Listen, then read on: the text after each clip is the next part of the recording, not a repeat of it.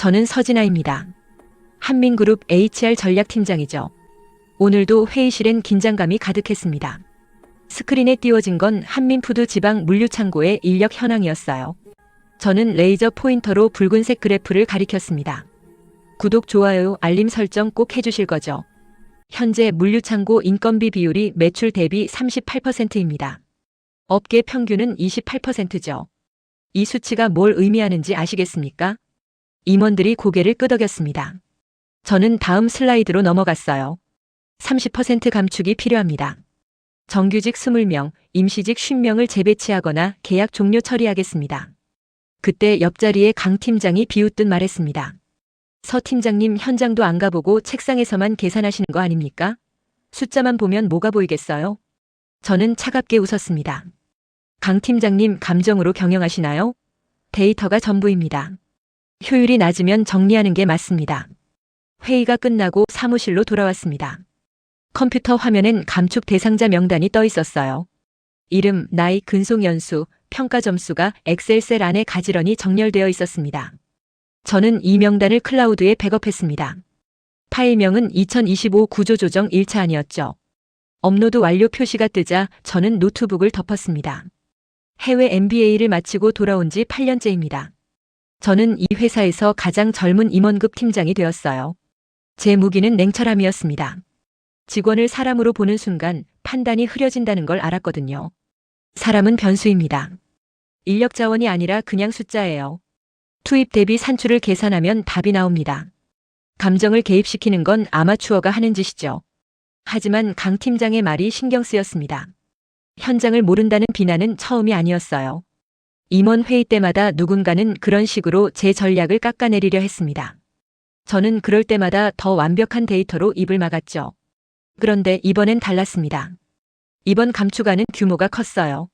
한 번에 70명을 정리하는 건 본사 이사회에서도 부담스러워할 숫자였습니다. 만약 현장에서 예상 못한 변수가 터진다면 책임은 고스란히 제 몫이 되겠죠. 저는 자리에서 일어나 창밖을 바라봤습니다. 서울 도심의 빌딩들이 저녁 노을에 물들고 있었어요. 현장에 직접 들어가면 어떨까? 갑자기 그런 생각이 들었습니다. 데이터에 없는 비효율을 찾아내는 겁니다. 보고서론 보이지 않는 구석구석의 낭비 요소를 직접 확인하는 거죠. 그럼 더 완벽한 감축안을 만들 수 있을 겁니다. 저는 즉시 인사팀에 연락했습니다. 한민푸드 물류창고에 임시직으로 들어갈 겁니다. 신분은 철저히 위장하세요. 이름은 김지영, 30대 후반 가정주부로 설정하고요. 전화 너머로 담당자가 당황하는 게 느껴졌습니다. 팀장님, 그건 규정에 없는 절차인데요. 만약 신분이 노출되면 노출 안 되게 하면 됩니다. 2주만 있으면 충분해요. 제가 직접 보고 판단하겠습니다. 저는 전화를 끊었습니다. 다음 날 아침 저는 처음으로 정장이 아닌 옷을 입었습니다. 청바지에 후드티, 낡은 운동화까지 신었어요. 거울을 보니 낯선 제 모습이 비쳤습니다. 립스틱도 지웠습니다. 명품 시계도 빼고 머리는 단정하게 묶었어요. 김지영이라는 평범한 여자로 변신하는데 30분이 걸렸습니다. 지하철을 탔습니다. 출근 시간대라 사람들로 가득했어요. 저는 손잡이를 잡고 흔들리는 차량 안에서 중심을 잡았습니다. 평소엔 절대 타지 않는 대중교통이었습니다. 회사엔 전용 주차장이 있었고 저는 늘 제 차로 출퇴근했거든요. 지하철 안 사람들의 얼굴은 피곤해 보였습니다. 어떤 청년은 구석에 기대서서 눈을 감고 있었어요. 출근하면서 졸고 있는 겁니다. 저는 그 모습을 보며 생각했습니다. 저렇게 피곤한 사람이 현장에서 제대로 일을 할 수 있을까? 효율성 측면에서 의문이었습니다. 한민푸드 물류창고는 서울 외곽에 있었습니다. 지하철을 2번 갈아타고 버스까지 타야 도착할 수 있는 곳이었죠. 이동하는 데만 2시간이 걸렸습니다. 창고 앞에 섰을 때 저는 잠시 망설였습니다. 거대한 철제 건물이었습니다. 트럭들이 쉴 새 없이 드나들고 지게차 소리가 요란했어요. 여기가 제가 감축 대상으로 지정한 바로 그 현장이었습니다. 저는 깊게 숨을 들이마셨습니다. 2주만 버티면 돼. 데이터를 수집하고 완벽한 계획을 세우는 거야. 출입구로 들어갔습니다. 관리 사무실에서 임시직 계약서를 작성했어요. 담당자는 저를 대충 훑어보더니 서류를 건넸습니다. 김지영 씨죠? 오늘부터 포장 라인 배치입니다. 힘들어도 참고 일하세요. 여긴 약한 사람 못 버팁니다. 저는 고개를 끄덕였습니다. 현장으로 안내받았습니다. 컨베이어 벨트가 돌아가고 사람들이 빠르게 상자를 옮기고 있었어요. 소음이 엄청났습니다. 이게 내가 관리하던 현장이구나. 보고서에선 그저 숫자였습니다. 하루 처리량 몇 톤, 인력 배치 몇 명. 그런데 실제로 보니 전혀 달랐어요. 사람들의 땀 냄새, 기계 소리, 분주한 움직임. 모든 게 낯설었습니다. 저는 제자리로 걸어갔습니다. 이제 김지영으로 살아야 했어요. 서진아라는 이름은 잠시 잊어야 했습니다. 그때 한 남자가 다가왔습니다. 새로 오신 분이시죠? 저는 이민수입니다. 재고 관리팀이에요. 처음이시면 힘드실 텐데 천천히 익숙해지시면 됩니다. 그는 피곤한 얼굴로 웃었습니다. 눈 밑에 다크서클이 짙었어요. 저는 무심하게 대답했습니다. 네, 잘 부탁드립니다. 민수는 친절하게 작업 방법을 설명해 줬습니다. 하지만 저는 그의 말에 집중하지 못했어요. 머릿속으론 이미 감축 계획을 계산하고 있었거든요. 재고 관리팀. 아마 이번 1차 감축 대상에 포함됐을 거야. 저는 민수를 보며 차갑게 생각했습니다. 숫자일 뿐이라고요. 첫 출근 30분 만에 저는 깨달았습니다. 현장은 생각보다 훨씬 복잡했어요. 컨베이어 벨트 속도가 보고서에 적힌 것보다 빨랐습니다. 상자들이 쉴 새 없이 흘러왔고 저는 그걸 분류해서 팔레트에 쌓아야 했죠. 처음 10분은 괜찮았습니다. 하지만 점점 손이 꼬이기 시작했어요. 상자에 붙은 바코드를 스캐너로 찍어야 하는데 자꾸 각도가 안 맞았습니다. 삐 소리가 나지 않았어요. 다시 찍으려는 사이에 다음 상자가 밀려왔고 저는 당황했습니다. 저기요, 김지영 씨.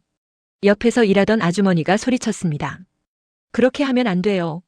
바코드를 이렇게 비스듬히 대야 한다니까요. 저는 얼굴이 화끈거렸습니다. 서울대 경영학과를 수석으로 졸업하고 해외 MBA까지 받은 제가 상자 하나 제대로 못 찍고 있었어요. 손이 떨렸습니다. 초조함이 밀려왔죠. 그때 누군가 제 옆에 섰습니다. 이민수였어요. 천천히 하세요. 처음엔 다들 그래요. 그는 제 손에서 스캐너를 가져가더니 직접 시범을 보였습니다. 바코드에 45도 각도로 대니까 단번에 인식됐어요. 이렇게요. 각도가 중요합니다. 너무 정면으로 대면 빛이 반사돼서 안 읽혀요. 저는 고개를 끄덕였습니다. 다시 시도했습니다. 이번엔 성공했어요. 삐 소리가 경쾌하게 울렸습니다. 잘하셨어요. 민수가 웃으며 말했습니다. 그리곤 자기 자리로 돌아갔어요. 저는 이상한 기분이 들었습니다. 방금 그 남자는 자기 일도 바쁠 텐데 왜 저를 도와준 걸까요? 저 때문에 자기 작업이 늦어질 수도 있었는데 말이죠. 비효율적이었습니다. 합리적이지 않았어요. 하지만 묘하게 마음이 불편했습니다. 점심시간이 됐습니다. 구내 식당은 좁았습니다. 사람들이 빼곡히 앉아서 밥을 먹고 있었어요. 저는 구석 자리를 찾아 앉았습니다. 식판에 담긴 건 된장찌개와 밥 그리고 김치였습니다. 본사 임원 식당과는 비교할 수 없는 수준이었죠. 저는 숟가락을 들었습니다. 밥을 한술 떠서 입에 넣었어요. 그런데 맛이 없었습니다. 아니, 맛이 없다기보단 입맛이 없었어요. 온몸이 뻐근했거든요. 겨우 반나절 일했을 뿐인데 허리와 어깨가 욱신거렸습니다. 이 사람들은 매일 이렇게 일하는 거구나. 저는 식당을 둘러봤습니다. 사람들은 말없이 밥을 먹고 있었어요. 표정들이 지쳐 보였습니다. 어떤 아주머니는 식판을 앞에 두고 잠깐 눈을 감고 있었어요. 그때 민수가 제 맞은편에 앉았습니다. 적응은 좀 되세요? 저는 고개를 끄덕였습니다. 네, 괜찮습니다. 민수는 밥을 빠르게 먹었습니다. 허겁지겁 먹는 게 아니라 그냥 효율적으로 먹는 거였어요. 마치 정해진 시간 안에 끝내야 하는 업무처럼요. 민수 씨는 여기서 오래 일하셨어요? 제가 물었습니다. 정보 수집이 필요했거든요. 3년 됐습니다. 재고 관리팀 정규직이에요. 정규직이면 괜찮겠네요. 제 말에 민수가 쓸쓸하게 웃었습니다. 정규직이라고 다 좋은 건 아니에요. 여긴 임금이 낮거든요. 그래도 해고 안 당하니까 버티는 거죠. 저는 숟가락을 멈췄습니다. 낮은 임금. 그건 제가 만든 정책이었습니다. 인건비 효율화를 위해 작년에 임금 테이블을 조정했었거든요. 업계 최저 수준으로요. 민수는 계속 말했습니다. 부모님 병원비도 있고 대출도 갚아야 해서요. 그래서 밤에 부업도 좀 하고 있습니다. 부업이요? 네, 대리운전이나 콜센터 알바요. 밤 10시부터 새벽 4시까지 일하고 아침 8시에 여기 출근하죠. 저는 말문이 막혔습니다. 하루에 4시간밖에 못 자는 겁니다. 그러니까 아침 지하철에서 졸고 있었던 거였어요. 힘들지 않으세요? 힘들죠. 근데 어쩌겠어요. 돈이 필요한데. 민수는 담담하게 말했습니다. 불평이 아니었어요. 그냥 사실을 말하는 거였습니다. 저는 가슴이 답답해졌습니다. 내가 만든 정책이 이 사람을 이렇게 만든 거야. 하지만 저는 그 생각을 밀어냈습니다. 아니야. 이건 필요한 조치였어. 회사가 살려면 인건비를 줄여야 했어. 점심시간이 끝났습니다. 다시 작업장으로 돌아갔어요. 오후 작업이 시작됐습니다. 저는 이번엔 좀 더 능숙하게 일했습니다. 아침보다 실수가 줄었어요. 그런데 문제가 생겼습니다. 무거운 상자를 들다가 손이 미끄러진 겁니다. 상자가 바닥에 떨어졌고 안에 들어있던 유리병들이 깨졌어요. 쨍그랑 소리가 요란하게 울렸습니다. 작업장이 조용해졌습니다. 모두가 저를 쳐다봤어요. 저는 얼어붙었습니다. 깨진 유리 파편들이 바닥에 흩어져 있었습니다. 액체가 흘러나왔어요. 식용유였습니다. 아, 저런. 누군가 한숨을 쉬었습니다. 저는 당황해서 몸을 숙였습니다. 깨진 유리를 주우려고요. 그런데 급하게 몸을 숙이는 바람에 허리를 삐끗했습니다. 통증이 허리를 타고 올라왔습니다. 저는 그 자리에 주저앉았어요. 김지영 씨, 민수가 달려왔습니다.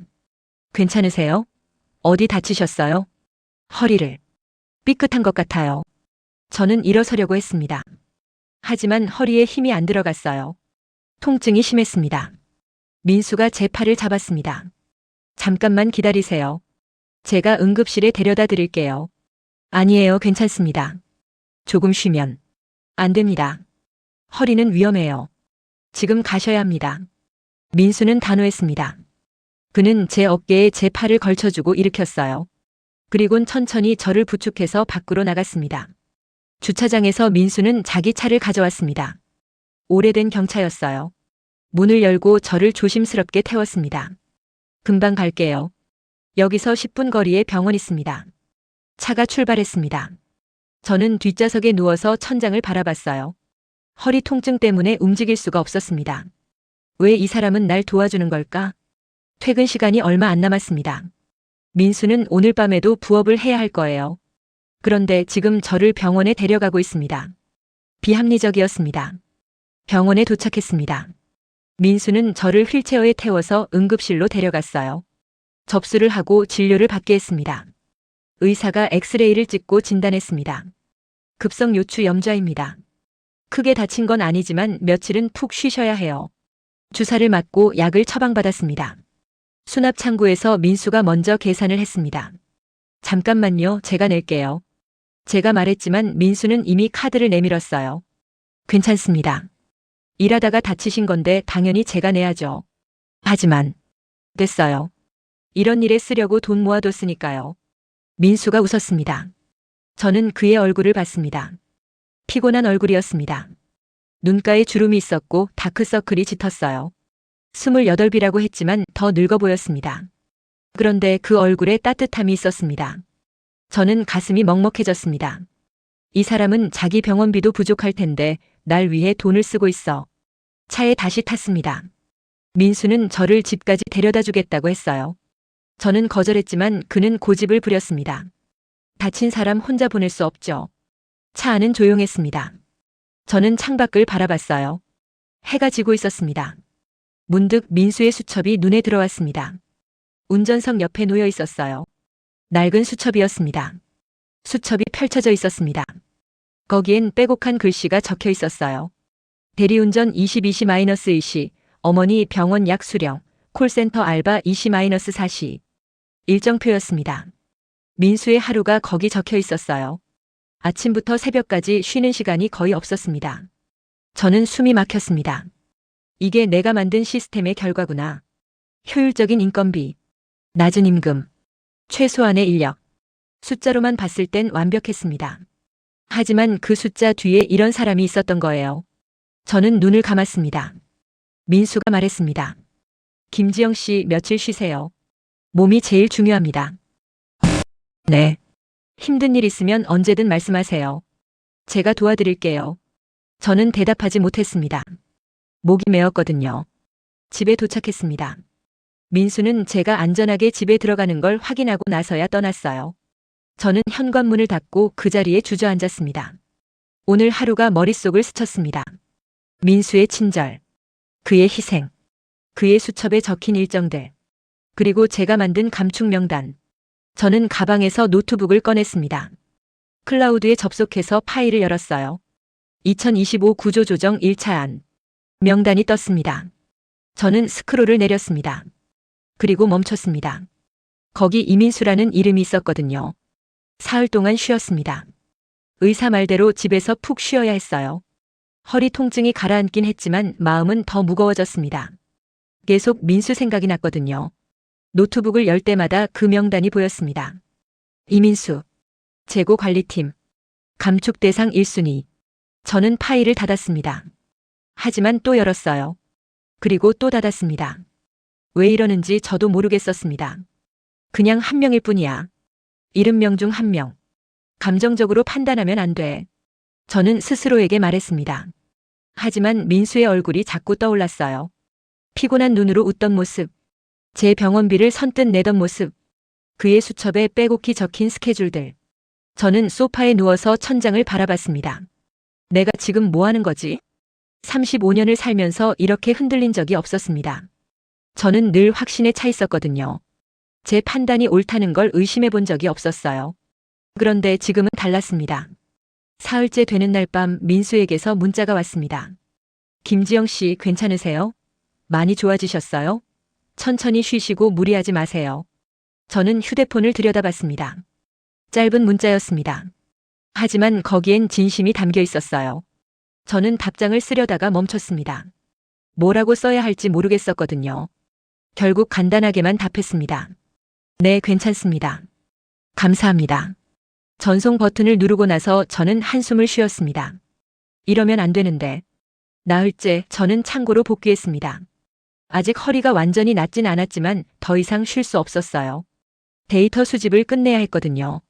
출근하자마자 민수가 달려왔습니다. 김지영 씨, 벌써 나오셨어요? 괜찮으세요? 네, 많이 나았어요. 무리하지 마세요. 힘든 작업은 제가 대신 할게요. 민수는 정말로 제 일을 거들어줬습니다. 무거운 상자는 그가 대신 들었어요. 복잡한 분류 작업도 그가 도와줬습니다. 저는 그냥 가벼운 일만 하면 됐죠. 저는 불편했습니다. 내가 도움을 받고 있어.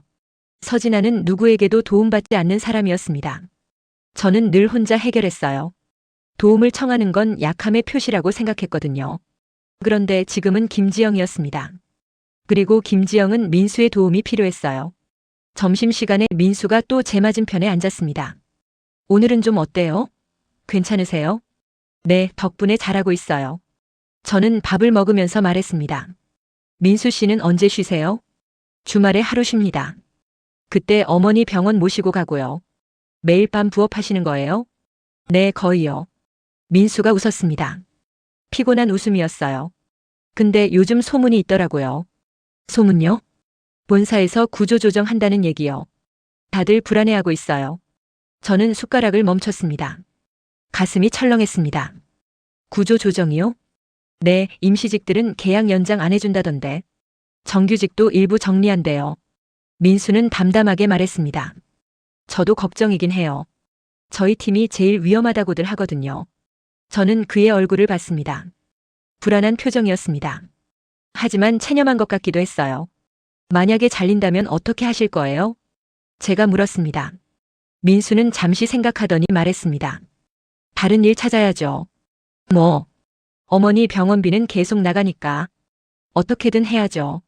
그는 웃었습니다. 걱정돼도 어쩔 수 없어요. 제가 결정할 수 있는 게 아니니까요. 저는 숨이 막혔습니다. 내가 결정하는 거야. 내 운명을. 그 사실을 민수는 모르고 있었습니다. 오후 작업 중에 저는 실수를 또 했습니다. 바코드를 잘못 찍어서 상자가 엉뚱한 곳으로 분류된 겁니다. 나중에 발견됐을 때는 이미 트럭에 실린 뒤였어요. 팀장이 화를 냈습니다. 김지영, 이게 몇 번째야? 정신 차려. 저는 고개를 숙였습니다. 죄송합니다. 다음에 또 이러면 계약 해지야. 알아들어? 네. 팀장이 가고 나서 민수가 다가왔습니다. 괜찮아요. 처음엔 다들 그래요. 너무 자책하지 마세요. 제가 계속 실수만 하네요. 아니에요. 많이 늘었어요. 처음보다 훨씬 잘하고 계세요. 민수가 웃었습니다. 저는 그 웃음을 보면서 생각했습니다. 이 사람은 왜 이렇게 착한 거지? 합리적이지 않았습니다. 제 실수 때문에 팀 전체 평가가 나빠질 수도 있는데 그는 저를 감싸고 있었어요. 퇴근 시간이 됐습니다. 저는 가방을 챙겨서 나가려고 했어요. 그런데 민수가 로커 앞에서 뭔가를 꺼내고 있었습니다. 대리운전 조끼였습니다. 오늘도 부업 가세요? 제가 물었습니다. 네, 9시부터 새벽 2시까지요. 민수가 조끼를 입으면서 말했습니다. 어제 어머니 약값이 좀 비싸서요. 오늘 좀 더 벌어야 해요. 저는 가슴이 답답했습니다. 병원비 내신 거 아직 못 갚았는데. 아, 그거요? 됐어요. 신경 쓰지 마세요. 아니에요. 제가 꼭 갚을게요.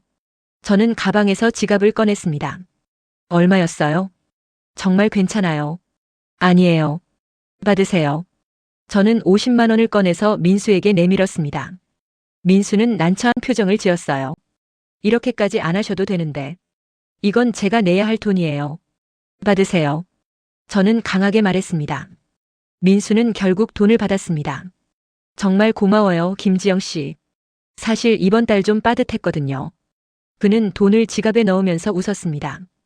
이거 덕분에 어머니 약 살 수 있겠어요. 저는 아무 말도 하지 못했습니다. 목이 메었거든요. 50만 원이 이 사람한텐 이렇게 큰 돈이구나. 저에겐 한 끼 식사값이었습니다. 명품 매장에서 카드 긁을 때 영수증도 안 받던 금액이었어요. 하지만 민수에겐 어머니 약값이었습니다. 저는 먼저 나왔습니다. 주차장을 걷는데 뒤에서 민수가 나오는 게 보였어요. 그는 대리운전 조끼를 입고 자전거에 탔습니다. 자전거로 대리운전 일을 하러 가는 겁니다. 저는 그 모습을 보면서 멈춰 섰습니다. 가슴이 무너지는 것 같았어요. 이게 내가 만든 시스템이야. 낮은 임금, 최소한의 복지, 효율적인 인력 운영. 숫자로는 완벽했습니다. 하지만 그 숫자 뒤엔 이렇게 자전거를 타고 밤일을 하러 가는 사람이 있었어요. 저는 차에 올라탔습니다. 시동을 걸고 핸들을 잡았어요. 하지만 출발하지 못했습니다. 눈물이 났거든요. 처음이었습니다. MBA 졸업 후 처음 우는 거였어요. 저는 울면서 핸들에 이마를 기댔습니다. 나는 무슨 짓을 한 거지?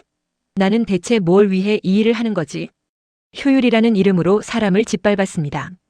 숫자라는 이름으로 인생을 지웠어요. 저는 가방에서 노트북을 꺼냈습니다. 파일을 열었습니다. 명단이 떴어요.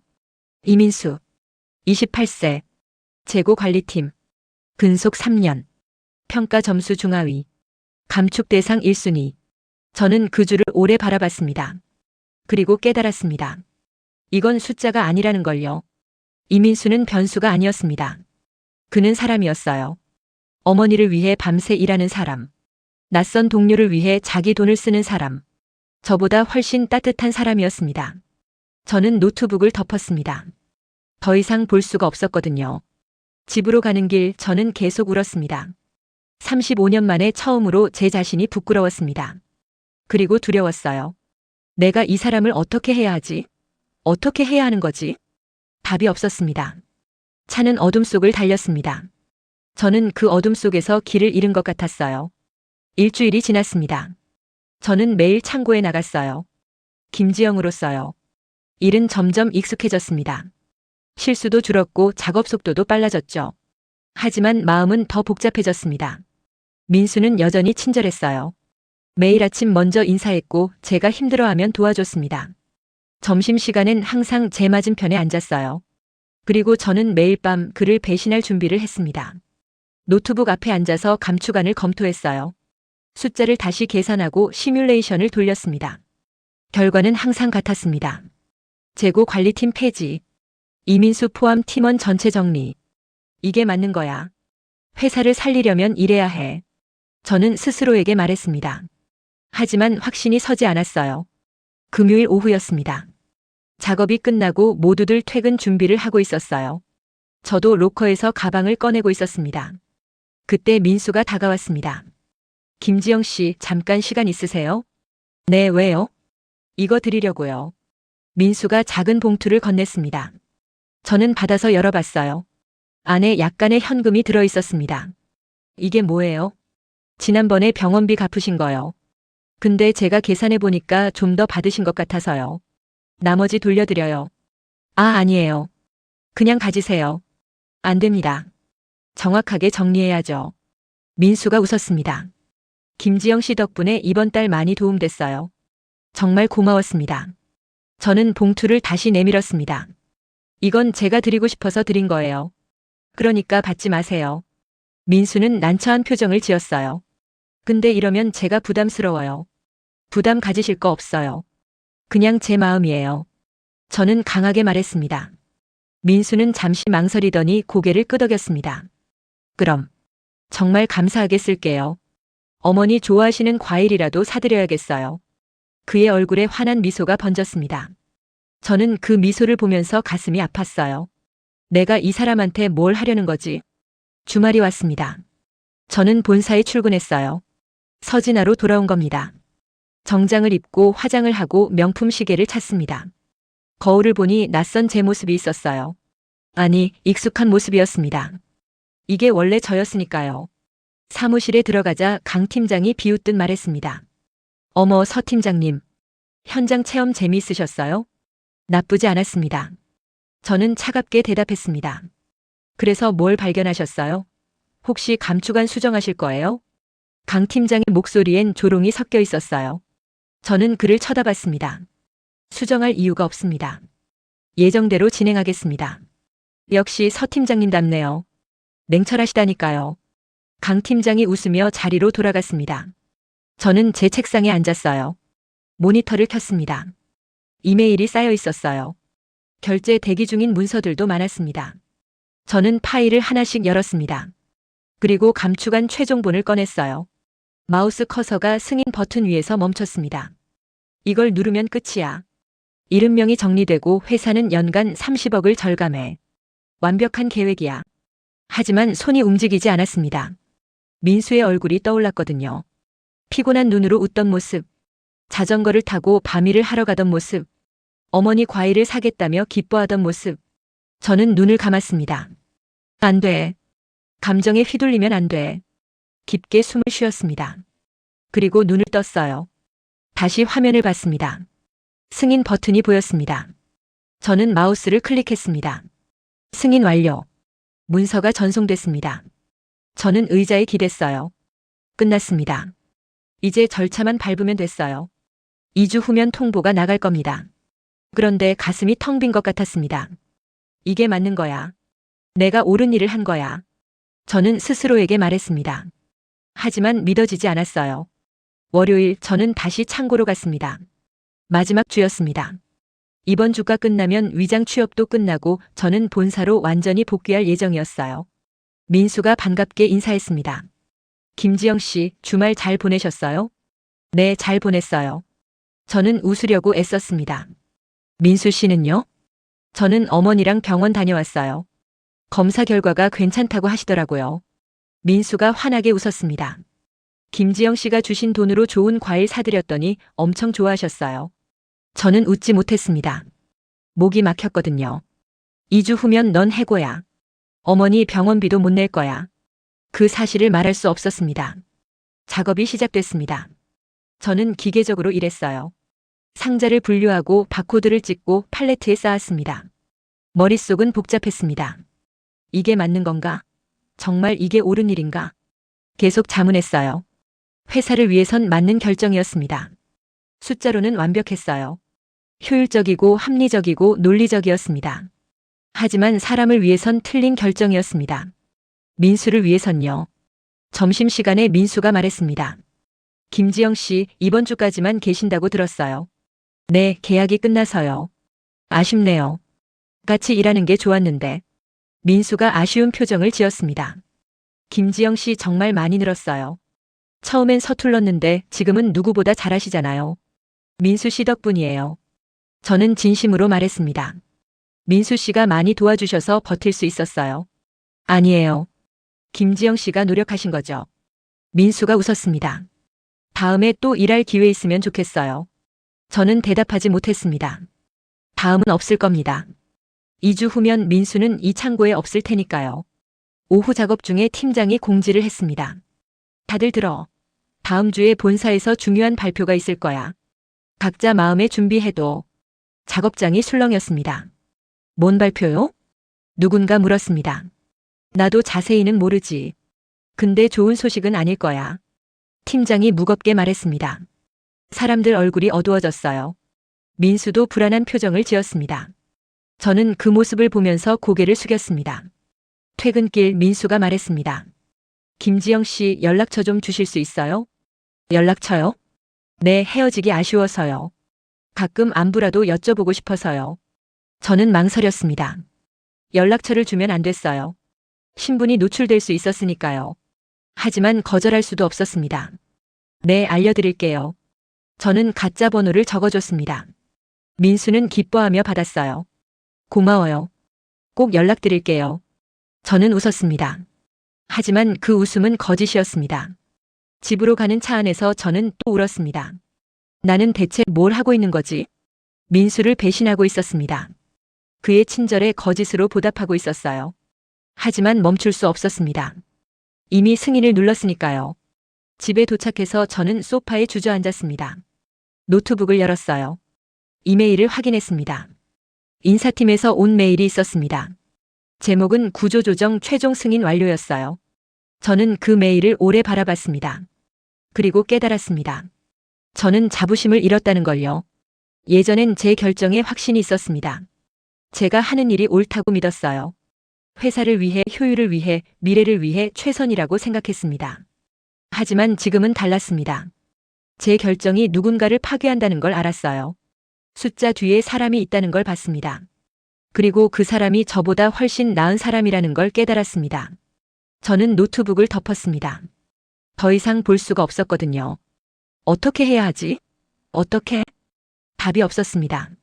저는 그날 밤 잠을 이루지 못했어요. 민수의 얼굴이 계속 떠올랐습니다.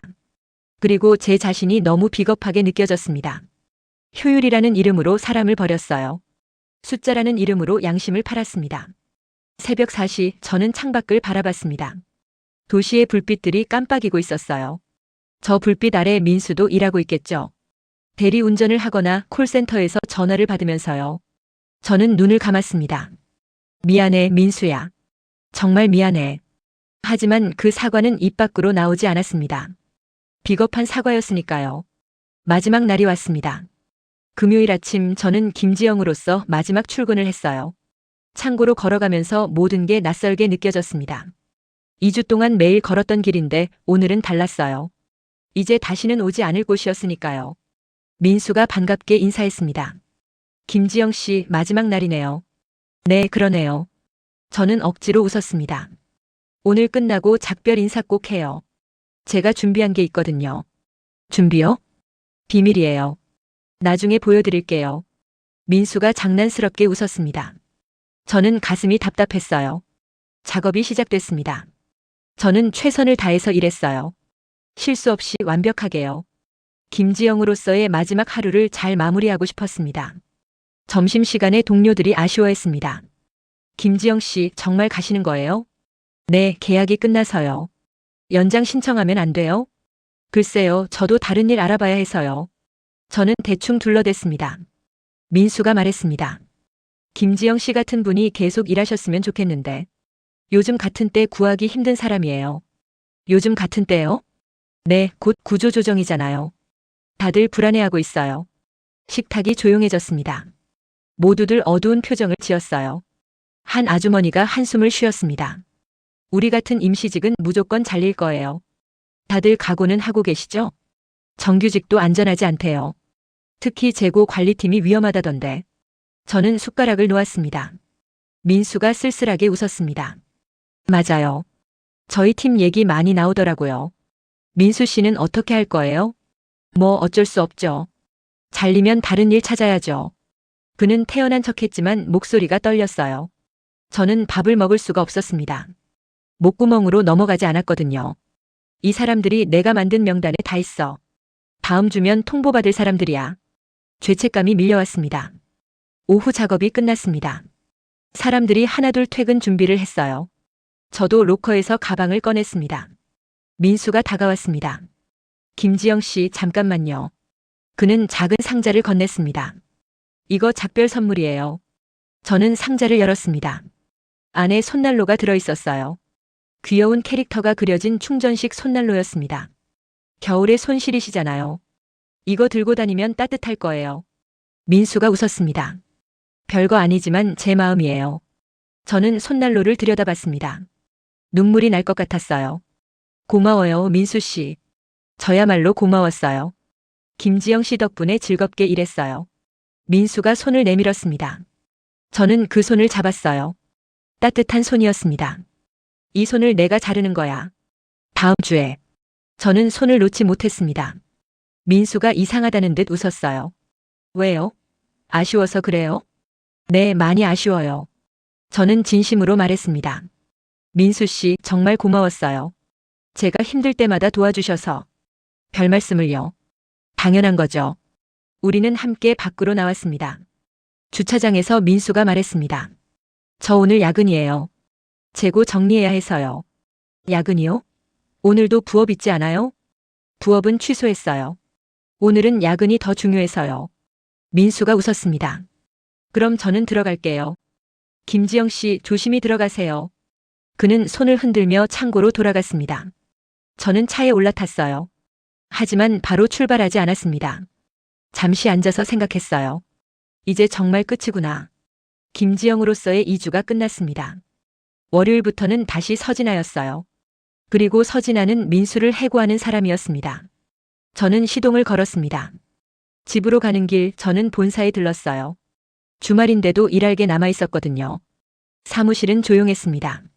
저는 제자리에 앉아서 컴퓨터를 켰습니다. 이메일을 확인했어요. 인사팀에서 최종 통보 일정이 왔습니다. 다음 주 수요일. 대상자들에게 개별 통보한다고 했어요. 저는 파일을 열었습니다. 명단이 떴습니다. 스크롤을 내렸어요. 재고 관리팀. 5명 전원 정리. 이민숙 28세. 저는 그 이름을 오래 바라봤습니다. 타겟이 된 은인. 민수는 저를 살렸어요.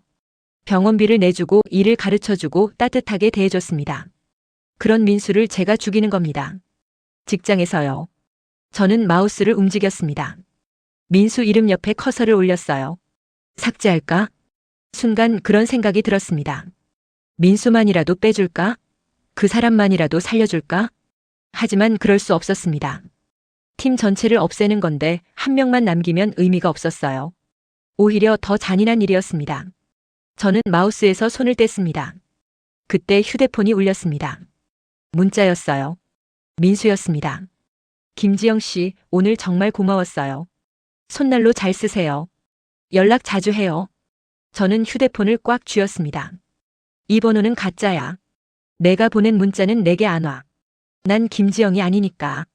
하지만 도착했어요. 어떻게 된 건지 모르겠지만 제 진짜 번호로 왔습니다. 당황했습니다. 실수로 진짜 번호를 준 건가?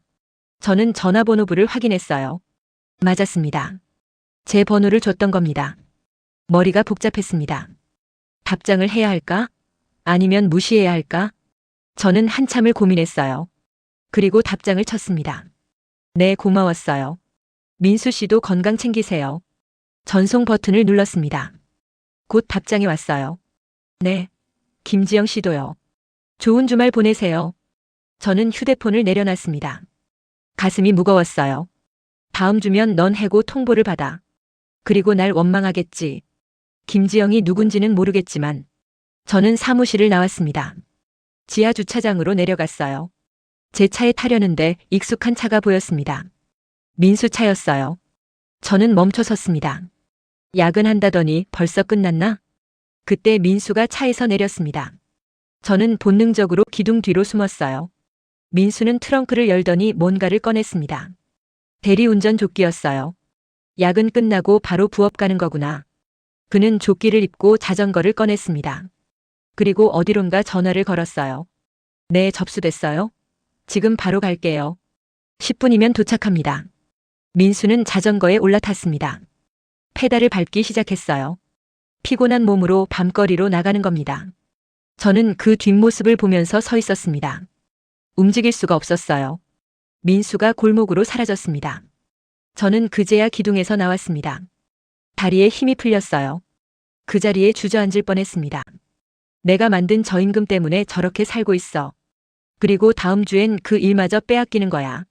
저는 차에 올라탔습니다. 핸들을 잡았어요. 하지만 시동을 걸지 못했습니다. 손이 떨렸거든요. 이게 맞는 건가? 정말 이게 옳은 일인가? 아니었습니다. 처음으로 확신했어요. 이건 틀렸습니다. 효율도 숫자도 합리성도 다 의미 없었어요. 사람을 짓밟는 시스템은 틀린 겁니다. 저는 핸들에 이마를 기댔습니다. 그리고 결심했어요. 바꿔야 해. 이 계획을 바꿔야 해. 하지만 어떻게요? 이미 승인됐어요. 절차가 진행 중이었습니다. 수요일이면 통보가 나갑니다. 시간이 없었어요. 저는 휴대폰을 꺼냈습니다. 인사팀장에게 전화를 걸었어요. 여보세요, 서진아입니다. 아, 팀장님. 무슨 일이세요? 구조조정 건인데요. 일정 좀 미뤄주실 수 있나요? 네. 갑자기요? 이미 다 준비됐는데요. 알아요. 근데 제가 재검토가 필요해서요. 인사팀장이 난처해했습니다. 팀장님, 이미 CEO 승인까지 받은 건데 지금 미루면 제 책임입니다. 제가 CEO한테 직접 말씀드릴게요. 하지만 부탁드립니다. 일주일만요. 전화기 너머로 한숨 소리가 들렸습니다. 알겠습니다. 일단 보류하죠. 대신 팀장님이 CEO한테 잘 설명하셔야 합니다. 감사합니다. 저는 전화를 끊었습니다. 일주일을 벌었어요. 그 안에 답을 찾아야 했습니다. 민수를 살릴 방법을요. 아니, 민수뿐만 아니라 70명 모두를 살릴 방법을요. 저는 시동을 걸었습니다. 이제 진짜 싸움이 시작되는 겁니다. 제 자부심을 되찾는 싸움이요. 월요일 아침이었습니다. 저는 평소보다 일찍 출근했어요. 해야 할 일이 많았거든요. 일주일 안에 대안을 만들어야 했습니다. 구조조정 없이도 비용을 절감할 방법을요. 사무실에 도착하자마자 자료를 뒤졌어요. 물류 프로세스 분석, 인력 배치 효율성, 설비 가동률. 모든 데이터를 다시 검토했습니다. 분명 다른 방법이 있을 거야. 사람을 자르지 않고도 효율을 높일 수 있어. 하지만 쉽지 않았습니다. 숫자는 명확했어요. 인건비가 가장 큰 변수였습니다. 사람을 줄이지 않으면 목표 달성이 어려웠죠. 그때 강 팀장이 들어왔습니다. 어머, 서 팀장님. 일찍 오셨네요. 네, 할 일이 있어서요. 저는 대충 대답했습니다. 강 팀장이 제 모니터를 힐끗 봤어요. 구조조정 일정이 미뤄졌다던데 무슨 문제라도 있어요? 재검토가 필요해서 그렇습니다. 재검토요? 완벽하다며 그렇게 밀어붙이시더니 갑자기요? 그의 목소리에 비아냥이 섞여 있었습니다. 저는 그를 쳐다봤어요. 계획은 언제든 수정할 수 있습니다. 더 나은 방법이 있으면요. 그렇겠죠. 근데 팀장님, 혹시 현장 가셨을 때 뭔가 있었어요? 무슨 말씀이세요? 아니, 궁금해서요. 2주나 위장 취업까지 하셨는데 뭘 보셨는지. 강 팀장이 씩 웃었습니다. 설마 누구한테 정들어서 마음 약해지신 건 아니시죠? 저는 차갑게 대답했습니다. 감상에 젖을 사람 아니라는 거 아시잖아요. 맞죠? 서 팀장님은 늘 냉철하시니까요. 강 팀장은 자기 자리로 갔습니다. 하지만 그의 시선이 느껴졌어요. 뭔가를 의심하고 있었습니다. 저는 다시 작업에 몰두했어요. 데이터를 분석하고 시뮬레이션을 돌렸습니다.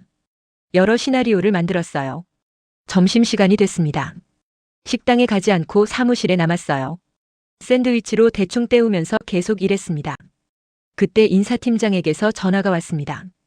팀장님, CEO께서 오후 3시에 보자고 하십니다. 갑자기요? 네, 구조조정 연기건 때문인 것 같아요. 저는 시계를 봤습니다. 이 시간 남았어요. 알겠습니다. 전화를 끊고 저는 자료를 정리했습니다. CEO를 설득할 논리를 만들어야 했어요. 하지만 아직 완성되지 않았습니다. 시간이 부족해. 초조함이 밀려왔습니다. 3시가 됐습니다. 저는 자료를 들고 CEO 사무실로 갔어요. 문을 두드리자 안에서 대답이 들렸습니다. 들어오세요. 들어가자 CEO가 책상에 앉아 있었습니다. 그런데 강 팀장도 있었어요. 저는 멈칫했습니다. 앉으세요, 서 팀장. CEO가 의자를 가리켰습니다. 저는 앉았어요. 강 팀장이 제 옆에 앉았습니다. CEO가 말했습니다. 구조조정 일정을 미뤘다고 들었습니다. 이유가 뭡니까? 재검토가 필요해서입니다. 더 나은 대안을 찾고 있습니다. 대안이요? 네, 인력 감축 없이도 비용 절감이 가능한 방법을요. CEO가 눈썹을 올렸습니다. 그런 게 가능합니까? 가능하다고 봅니다. 시간만 주신다면. 그때 강 팀장이 끼어들었습니다. CEO님, 저는 좀 다른 의견입니다. 말해보세요. 서 팀장님이 현장 위장 취업 기간 중에 규정 위반을 하셨습니다. 저는 강 팀장을 쳐다봤어요. 그가 서류를 꺼냈습니다. 이 보고서를 보십시오. 서 팀장님은 임시직 신분으로 있으면서 회사 자금을 임의로 사용했습니다. 뭐라고요? 제가 말했습니다. 임시직 한 명에게 50만 원을 지급했습니다. 규정에 없는 보상금이죠. 강 팀장이 증거 자료를 내밀었어요. 저는 얼어붙었습니다. 민수한테 준 병원비를 말하는 거구나. 또한 작업 중 개인적으로 휴식 시간을 연장해주고 특정 직원을 편애했다는 증언도 있습니다. 그건 서 팀장님 현장에서 감정적으로 행동하신 겁니까? CEO가 날카롭게 물었습니다. 저는 말문이 막혔어요. 강 팀장이 계속 말했습니다. 더 심각한 건 구조조정 기밀이 유출됐을 가능성입니다. 서 팀장님이 현장에서 노트북을 사용하셨고 회사 클라우드에 접속한 기록이 있습니다. 그건 업무를 위해서였습니다. 제가 항변했습니다. 위장 신분으로 회사 기밀에 접근하는 건 명백한 보안 규정 위반입니다. 강 팀장이 비웃듯 말했습니다. CEO가 심각한 표정을 지었어요. 서 팀장, 이게 사실입니까? 클라우드 접속은 맞지만 기밀 유출은 없었습니다. 하지만 가능성은 있었다는 거 아닙니까? 그건 저는 대답하지 못했습니다. CEO가 한숨을 쉬었어요. 서 팀장, 실망입니다. 당신이 그렇게 감정적으로 행동할 줄 몰랐어요. CEO님, 제 의도는 충분합니다. 당분간 모든 업무에서 배제하겠습니다. 조사가 끝날 때까지 자택 대기하세요. CEO님, 나가보세요. 저는 일어섰습니다. 다리가 후들거렸어요. 강 팀장이 승리의 미소를 지었습니다. 저는 비틀거리며 사무실을 나왔습니다. 복도를 걸으면서 현실이 실감났어요. 해고될 수도 있어. 아니, 해고가 문제가 아니었습니다. 제가 배제되면 구조조정은 예정대로 진행될 겁니다. 민수와 70명이 잘릴 거예요. 저는 제 사무실로 돌아왔습니다. 책상에 앉아서 머리를 감싸쥐었어요. 어떻게 하지? 어떻게? 동료들이 수군거리는 소리가 들렸습니다. 서 팀장 해고된대. 진짜? 왜? 현장에서 뭔가 문제 일으켰나 봐. 저는 그 소리를 들으면서 고개를 숙였습니다. 제 자부심이 무너지는 소리였어요. 저는 짐을 챙겼습니다. 노트북, 서류, 개인 물품들. 박스에 담았어요. 강 팀장이 지나가면서 말했습니다. 서 팀장님 현장에서 사람 구경 많이 하셨죠? 이제 팀장님도 구조조정 대상이네요. 저는 대답하지 않았습니다. 박스를 들고 사무실을 나왔어요. 엘리베이터를 타고 내려갔습니다. 거울에 비친 제 모습이 초라해 보였어요.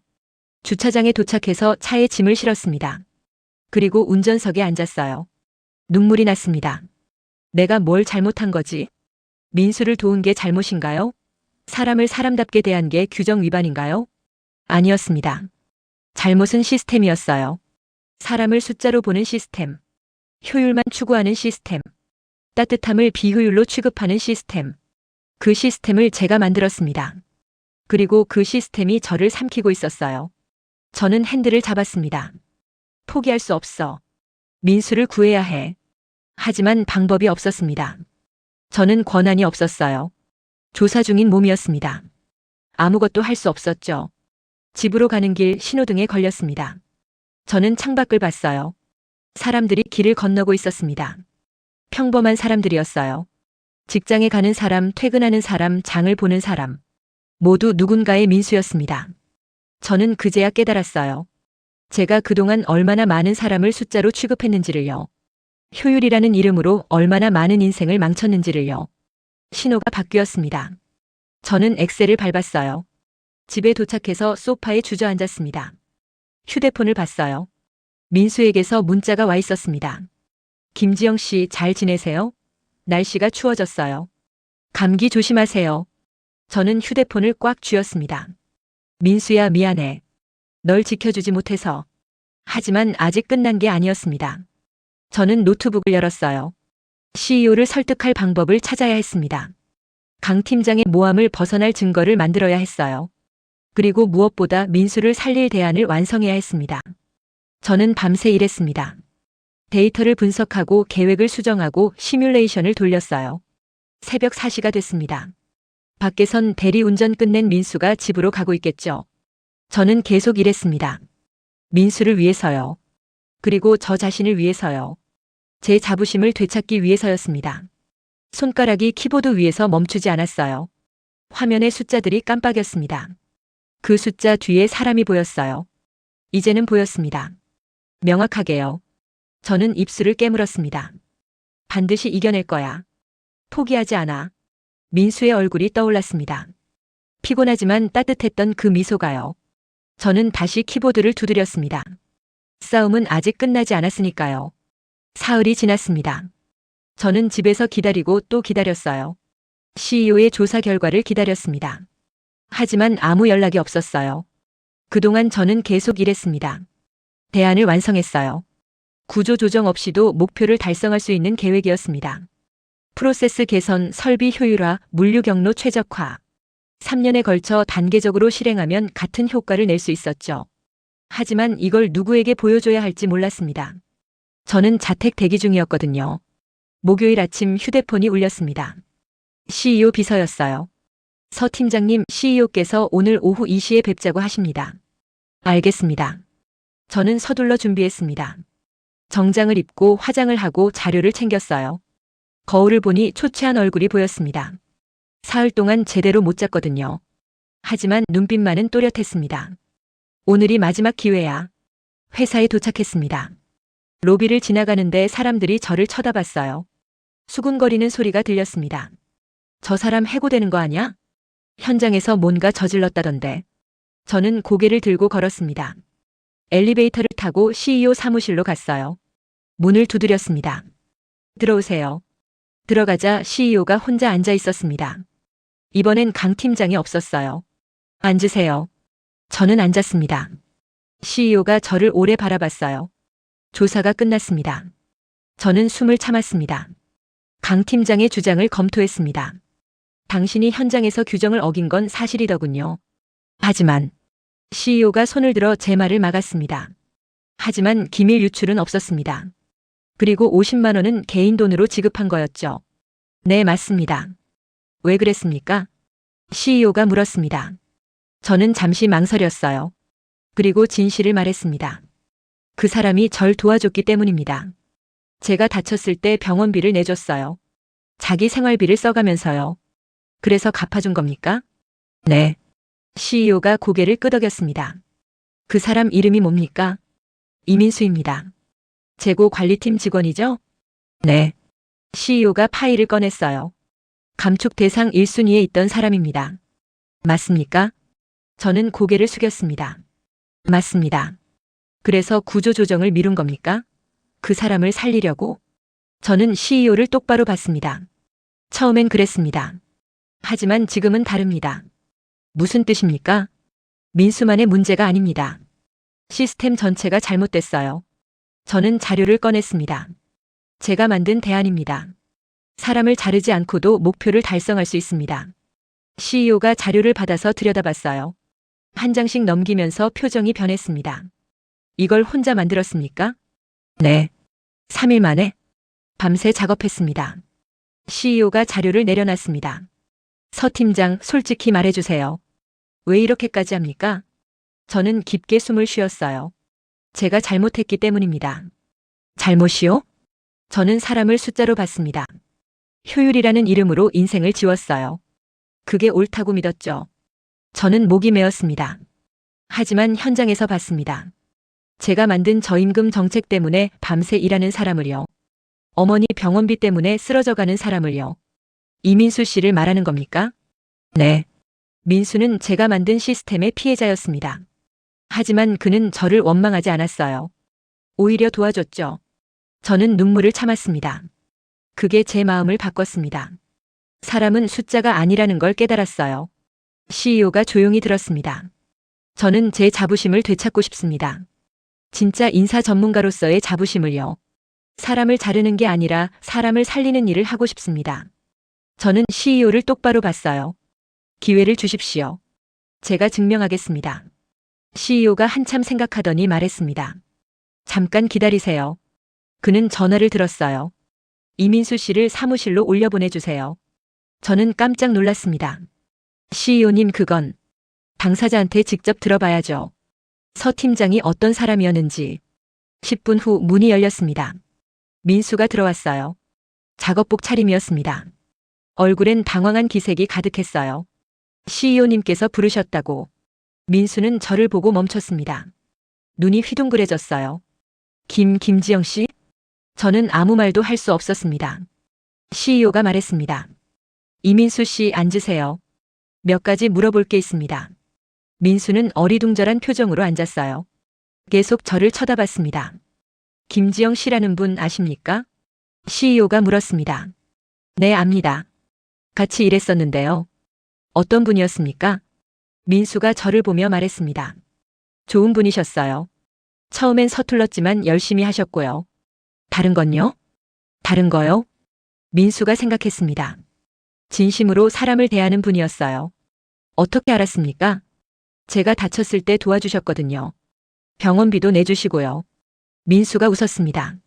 사실 그 돈이 그때 정말 필요했어요. 어머니 약값 걱정하고 있었는데. CEO가 고개를 끄덕였습니다. 그분이 왜 도와줬다고 생각합니까? 글쎄요. 착하신 분이니까요. 민수가 순진하게 대답했습니다. 제가 먼저 좀 도와드리긴 했어요. 일 가르쳐드리고 실수하셨을 때 수습해드리고. 근데 그건 당연한 거잖아요. 당연한 건가요? 네. 힘든 사람 도와주는 게 당연하죠. 민수의 말에 저는 고개를 숙였습니다. 눈물이 날 것 같았어요. CEO가 물었습니다. 이민수 씨, 혹시 구조조정 소문 들으셨습니까? 민수의 얼굴이 어두워졌습니다. 네, 들었습니다. 걱정되지 않습니까? 걱정되죠. 하지만 어쩔 수 없잖아요. 민수가 쓸쓸하게 웃었습니다. 회사가 어려우면 누군가는 나가야죠. 저 같은 사람이 먼저 나가는 게 맞을 거예요. 왜 그렇게 생각합니까? 저는 특별한 능력이 없으니까요. 그냥 성실하게 일할 뿐이에요. CEO가 저를 쳐다봤습니다. 저는 참지 못하고 말했습니다. 민수 씨. 네. 당신은 특별합니다. 누구보다 책임감 있고 따뜻한 사람이에요. 민수가 놀란 표정을 지었어요. 김지영 씨? 저는 일어섰습니다. 사실을 말씀드릴게요. 저는 김지영이 아닙니다. 네. 저는 서진아입니다. 한민그룹 HR 전략팀장이에요. 민수가 얼어붙었습니다. 저는 계속 말했습니다. 위장 취업했었습니다. 구조조정을 위해서요. 당신을 포함해서 70명을 정리하려고요. 민수의 얼굴이 창백해졌어요. 하지만 당신을 만나고 깨달았습니다. 제가 얼마나 잘못된 일을 하고 있었는지를요. 저는 민수 앞에 섰습니다. 미안합니다. 진심으로요. 당신을 속였고 배신하려 했어요. 민수는 아무 말도 하지 못했습니다. 저는 가방에서 영수증을 꺼냈어요. 이거 기억하세요? 제 병원비 영수증이에요. 당신이 갚아줬다고 했죠. 그건 사실 제가 다시 갚았어요. 몰래요. 당신이 받지 않을까봐. 저는 영수증을 CEO에게 건넸습니다. 이게 제 진심의 증거입니다. 저는 민수를 이용하려던 게 아니에요.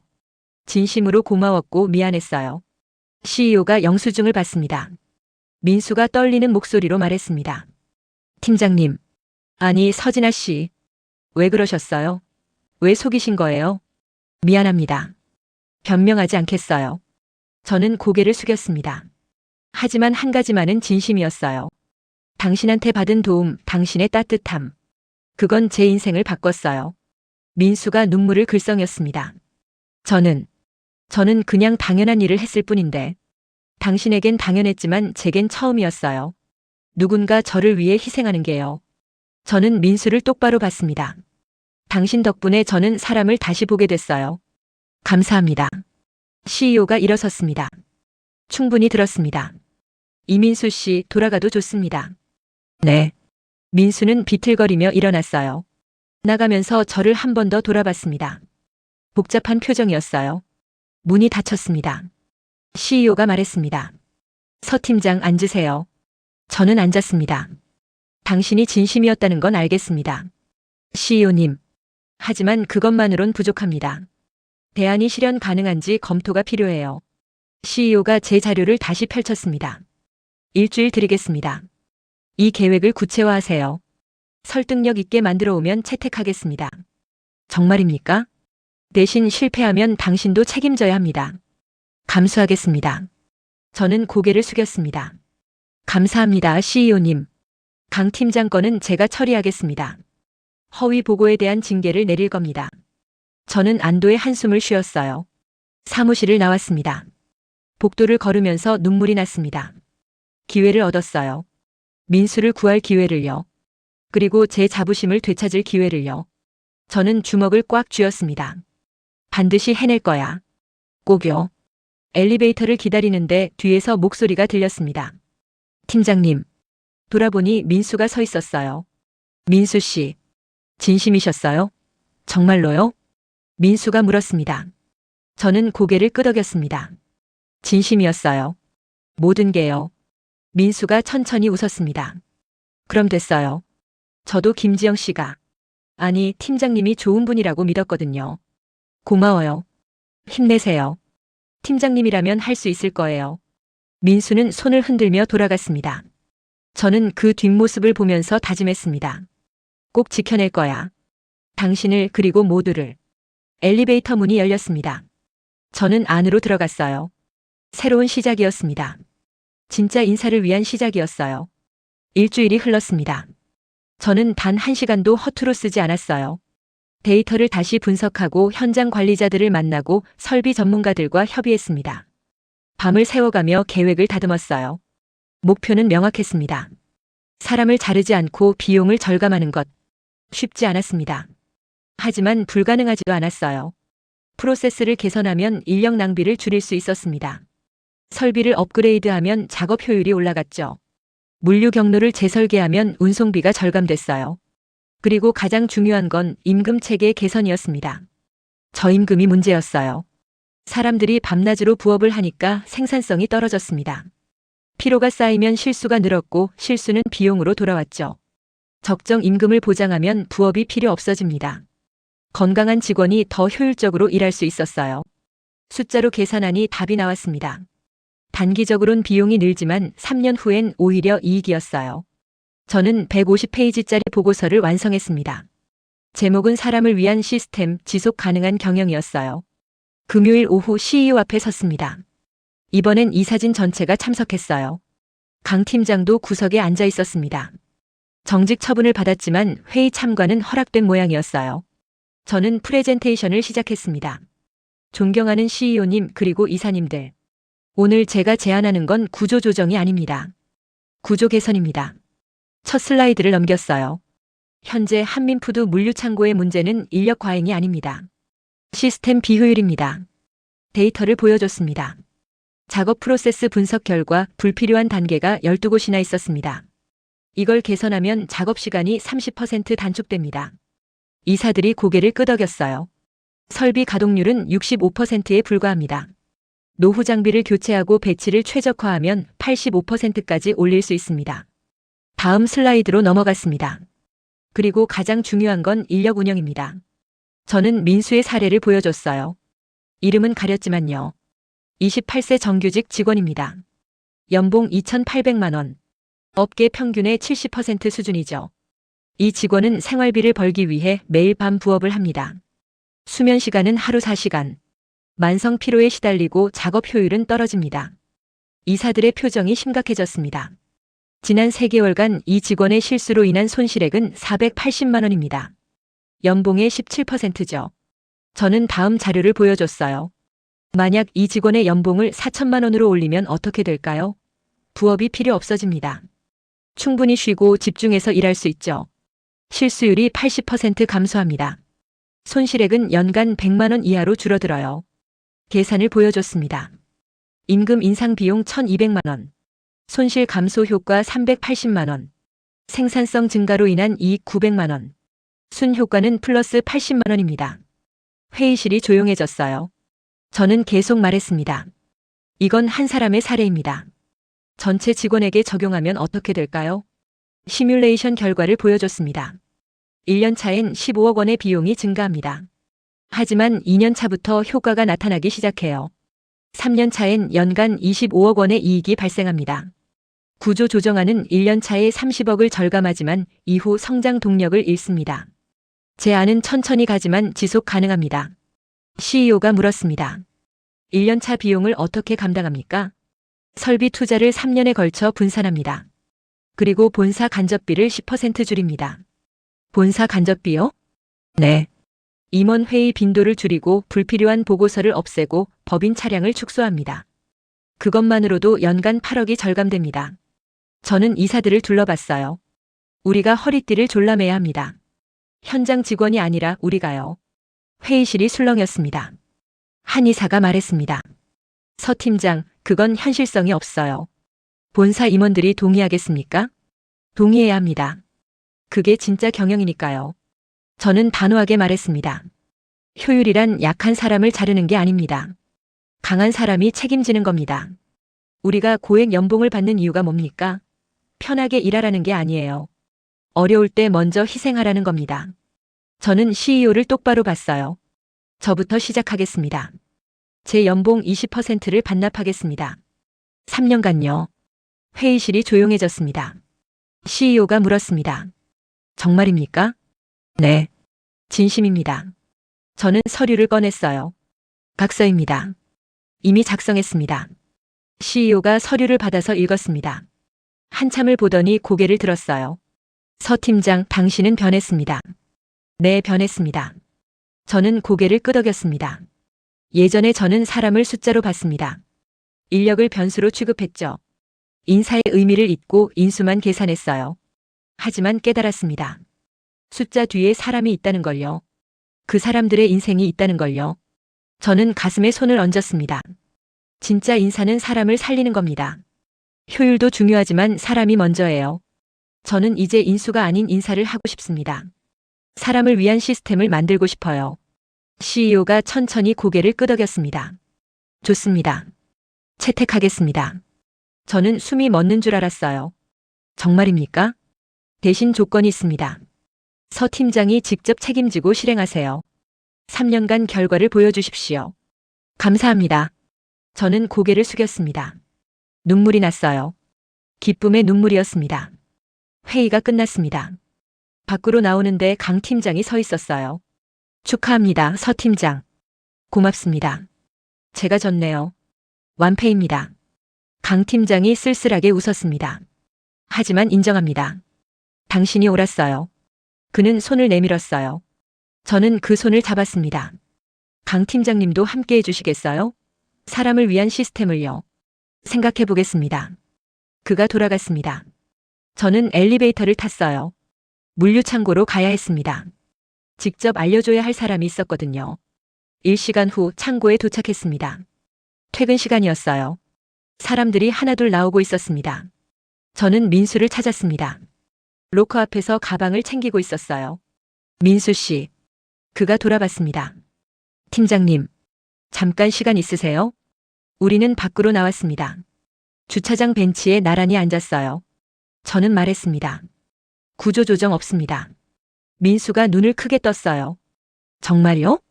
네. 대신 시스템을 바꿉니다. 프로세스, 설비, 그리고 임금 체계를요. 임금 체계요? 네. 내년부터 정규직 평균 임금이 30% 오릅니다. 민수 씨는 더 오를 거예요. 민수가 믿을 수 없다는 표정을 지었습니다. 그럼 부업 안 해도 되는 건가요? 안 해도 됩니다. 충분히 쉬면서 일하세요. 민수의 눈에 눈물이 고였어요. 감사합니다, 팀장님. 제가 감사하죠. 민수 씨 덕분에 제가 변할 수 있었어요. 저는 주머니에서 뭔가를 꺼냈습니다. 손난로였어요. 민수가 준 그 손난로요. 이거 항상 가지고 다녔어요. 힘들 때마다 이걸 보면서 다짐했죠. 민수 씨를 꼭 지키겠다고요. 민수가 손난로를 보며 웃었습니다. 따뜻하셨어요? 네, 정말 따뜻했어요. 저는 손난로를 쥐었습니다. 그리고 민수 씨 제안이 있어요. 제안이요? 제 팀으로 오시겠어요? 본사 HR팀이요. 민수가 놀랐습니다. 저요? 네. 현장을 아는 사람이 필요해요. 사람을 이해하는 사람이요. 민수 씨가 딱 맞습니다. 하지만 저는 배운 것도 없고 배우면 됩니다. 제가 가르쳐 드릴게요. 저는 웃었습니다. 예전에 민수 씨가 저한테 일 가르쳐 주셨잖아요. 이번엔 제가 가르쳐 드릴 차례예요. 민수가 한참 생각하더니 고개를 끄덕였습니다. 해보겠습니다. 잘할 수 있을지 모르겠지만요. 잘할 수 있어요. 민수 씨니까요. 우리는 웃었습니다. 해가 지고 있었어요. 노을이 창고를 물들이고 있었습니다. 저는 그 노을을 보면서 생각했습니다. 새로운 시작이야. 진짜 인사를 위한 시작이야. 3개월 후 프로젝트가 본격적으로 시작됐습니다. 프로세스가 개선됐고 설비가 업그레이드 됐어요.